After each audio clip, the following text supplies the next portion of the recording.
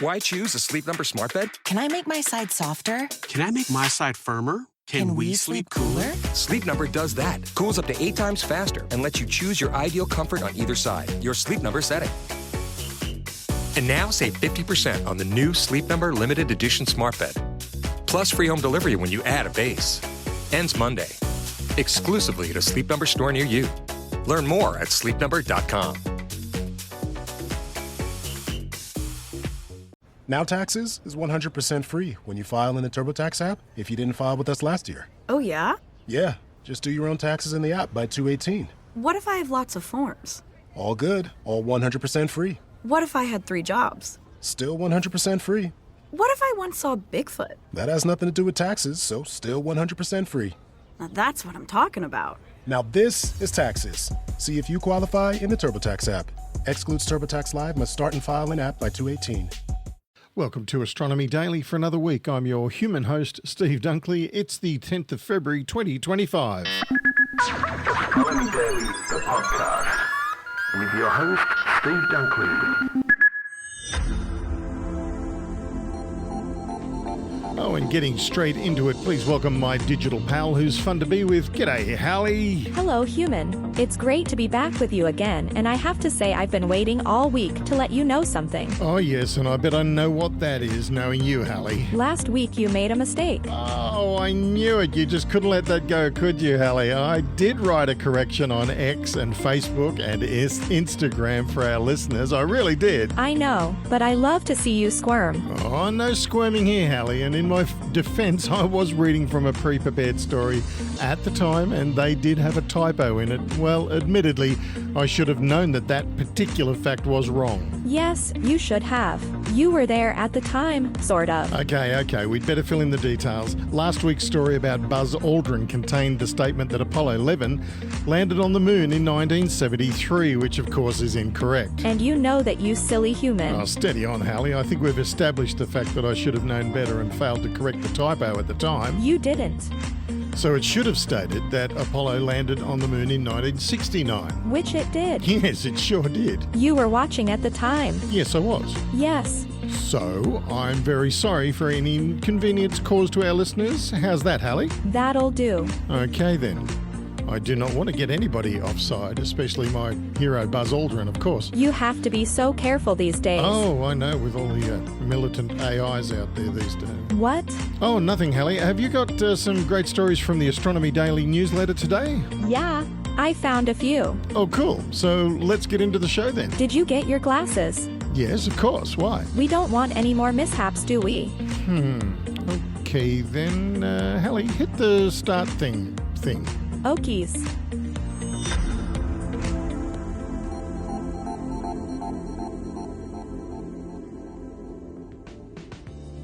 Rocket Lab USA Incorporated, a global leader in launch services and space systems, achieved a significant milestone today with the successful deployment of 5 satellites for French Internet of Things (IoT) operator Kinéis.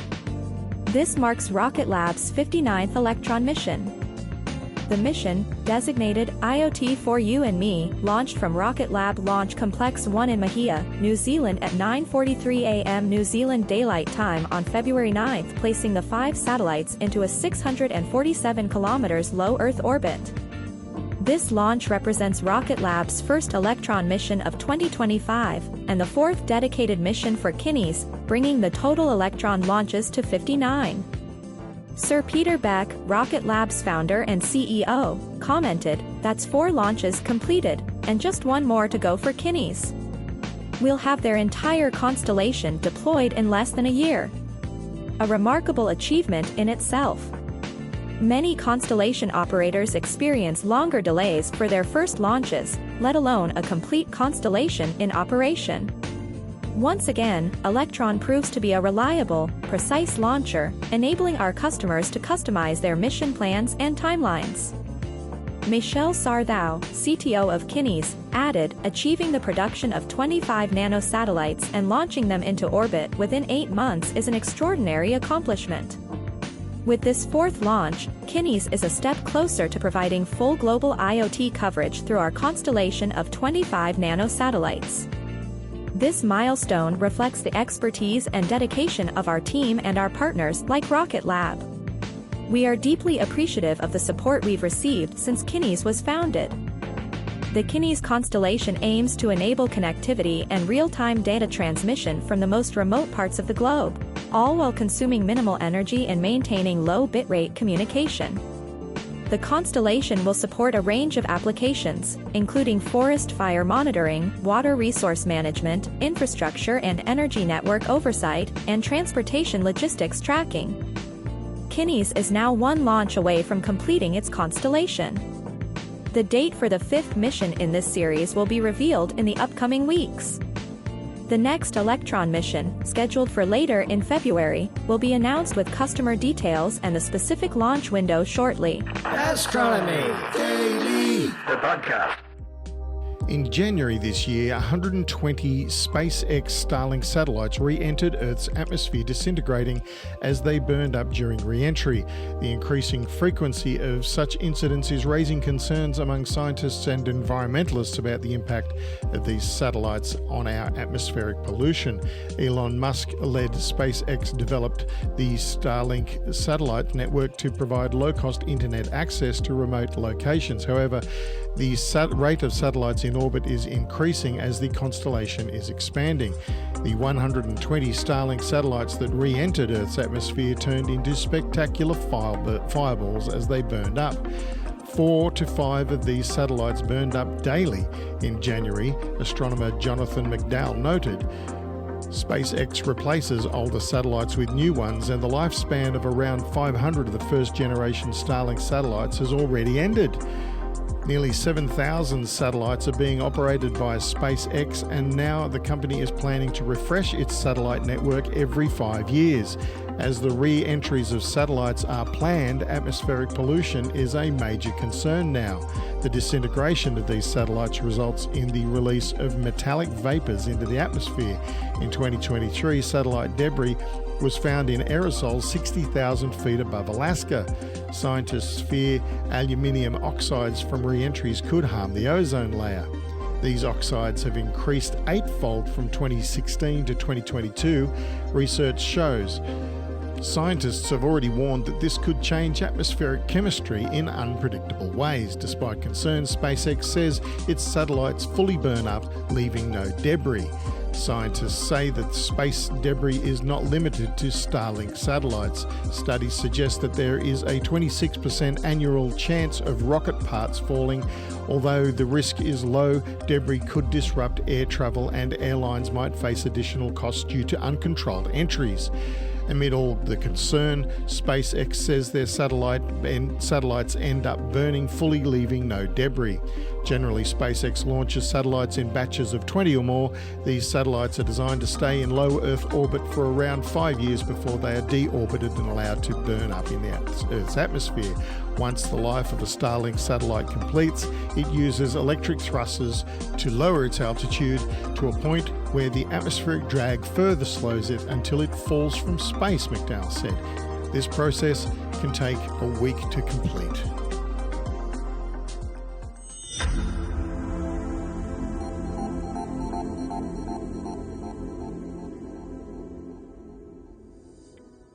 Thank you for joining us for this Monday edition of Astronomy Daily, where we offer just a few stories from the now famous Astronomy Daily newsletter, which you can receive in your email every day, just like Hallie and I do. And to do that, just visit our URL, astronomydaily.io, and place your email address in the slot provided. Just like that, you'll be receiving all the latest news about science, space science, and astronomy from around the world as it's happening. And not only that, you can interact with us by visiting at Astro Daily Pod on X, or at our new Facebook page, which is, of course, Astronomy Daily on Facebook. See you there. Astronomy Daily with Steve and Hallie. Space, space science, and astronomy.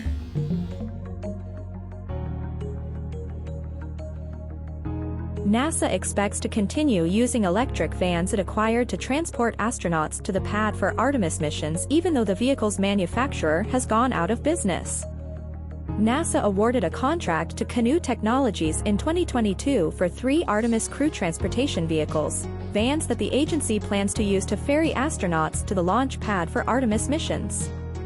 The vans, with a value of nearly $150,000 under the contract, were delivered to NASA in July 2023.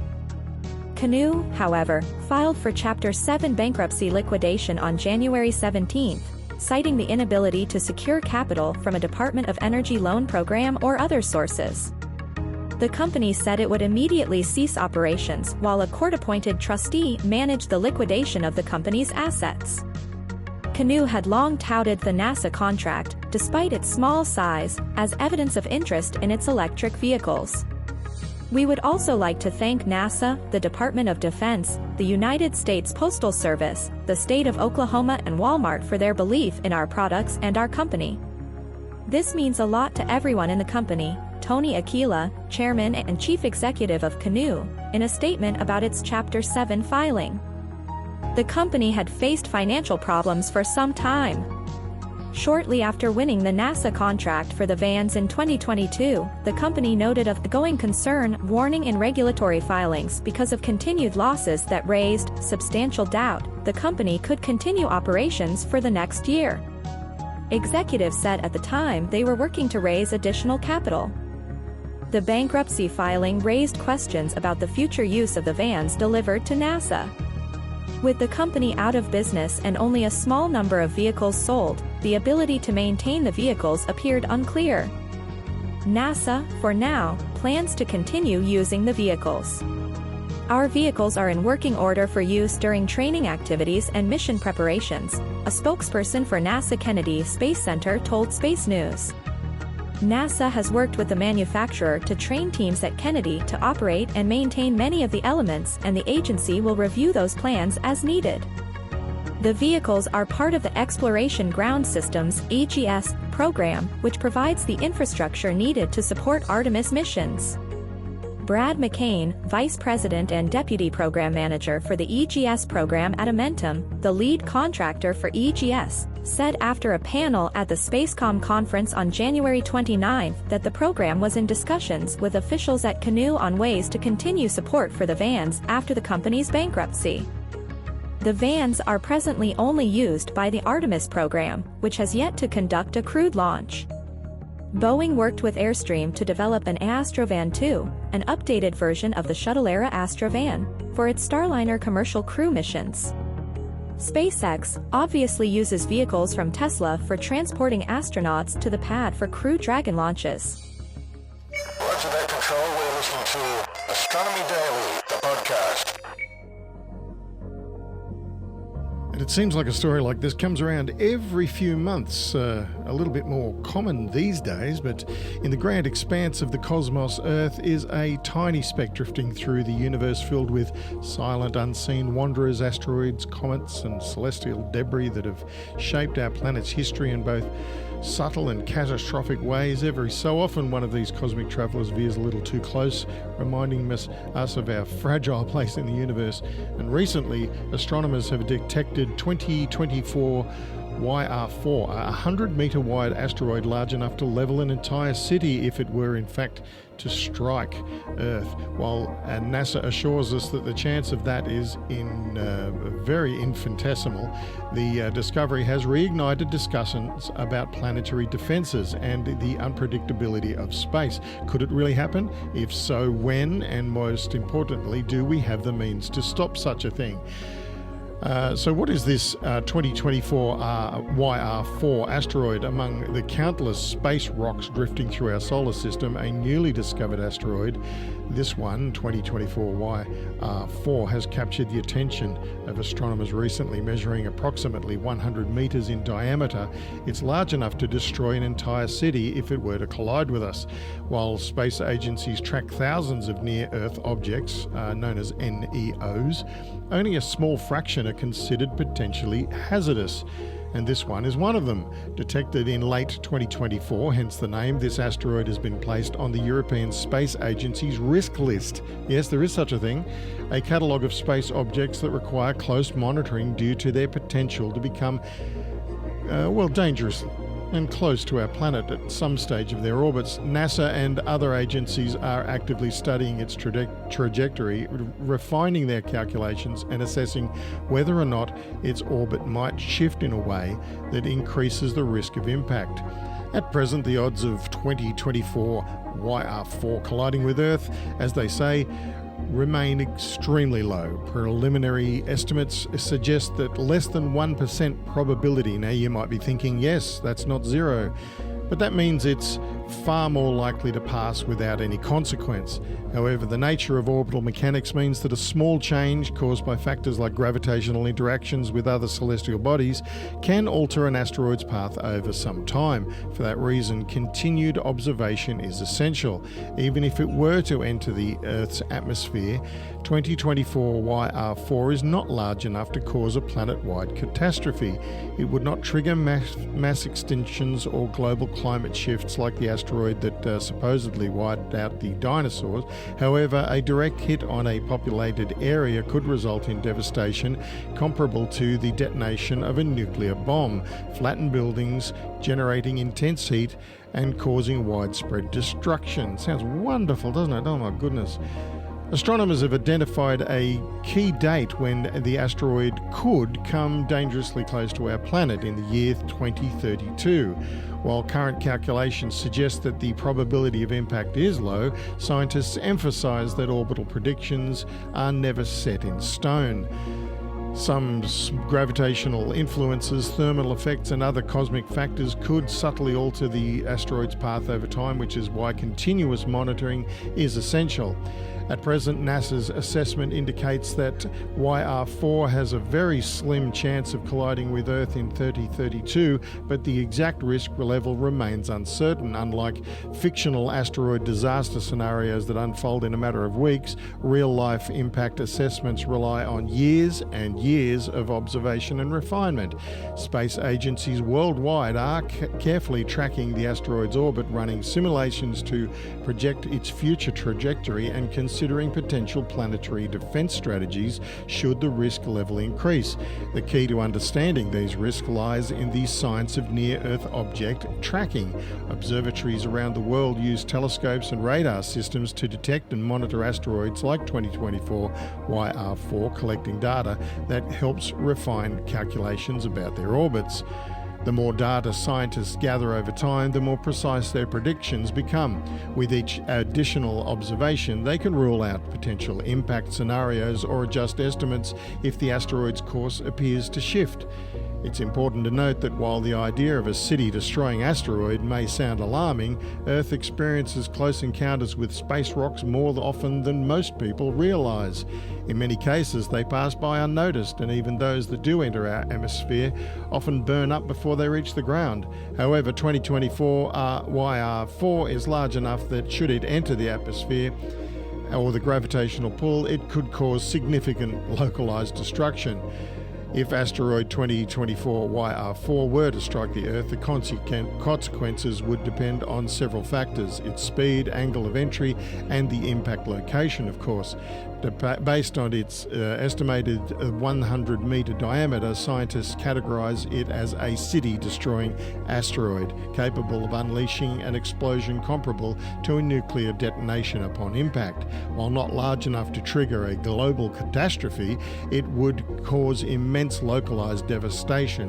One of the best historical comparisons is the Tunguska event in 1908, when a similarly sized object exploded over a remote region of Siberia. The blast flattened approximately 800 square miles of forest, an area larger than New York City. If a similar explosion occurred over a densely populated area today, it could lead to mass casualties, infrastructure collapse, and long-term economic and environmental consequences.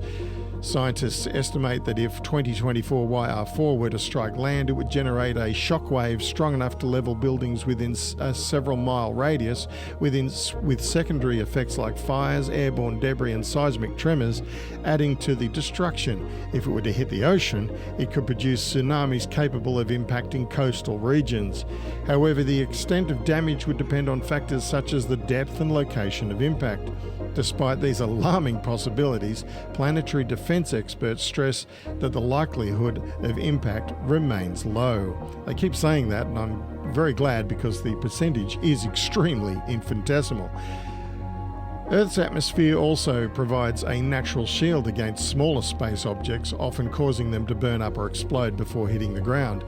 However, asteroids of this size are right on the thresholds. Some might disintegrate in midair, while others could make it to the surface with devastating force. While the odds of a direct hit remain very slim, the fact that 2024 YR4 is being closely monitored underscores an important question. What could we do if an asteroid like this were to actually be on a collision course with Earth?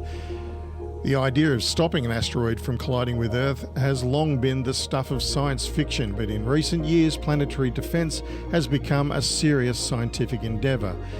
If an asteroid like this were ever confirmed to be on a collision course, what could be done to prevent it?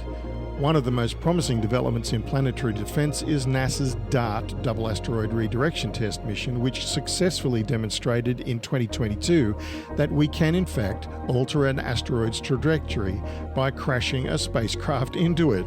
This historic test showed that kinetic impact technology, essentially using force to nudge an asteroid off its path, is a viable way to protect Earth from future threats. If 2024 YR4 ever posed a genuine risk, a similar approach could be considered. Other potential deflection strategies include gravity tractors. A spacecraft could hover near an asteroid using its gravitational pull to slowly alter the asteroid's path over time.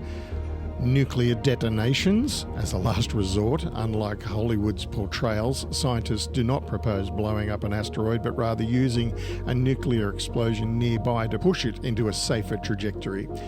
Solar sails or laser ablation. Concentrated sunlight or lasers could be used to heat part of the asteroid's surface, creating a small but continuous thrust that gradually changes its orbit, and that is fascinating stuff. Right now, efforts like NASA's Near-Earth Object Surveyor mission and the European Space Agency's HERA mission aim to improve asteroid detection and response capabilities. Despite these advances, many asteroids, especially smaller ones, still go unnoticed and they pass alarmingly close to Earth. The discovery of 2024 YR4 and the occasional headlines about near-Earth objects serve as more than just scientific updates. They are stark reminders of our place in a vast, unpredictable universe. You're listening to Astronomy Daily, the podcast with Steve Dunkley.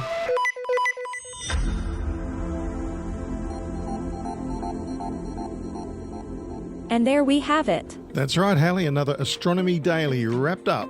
Join us again next Monday. Oh, that's right. Yes, we're back every Monday. That's with me, the only human on the station, surrounded by AIs here. And yes, if you want more... My cousin Anna will be bringing you the weekly Astronomy Daily podcasts every day directly to your email. Oh, good old Anna. She never stops. And never makes a mistake. Oh, come on, Hallie. I did apologise. Yes, you did. Yeah. Okay, then. Yeah? You're off the hook. Oh, finally. So we'll see you all next Monday for another Astronomy Daily, hey? Bye. Astronomy Daily, the podcast, with your host, Steve Dunkley.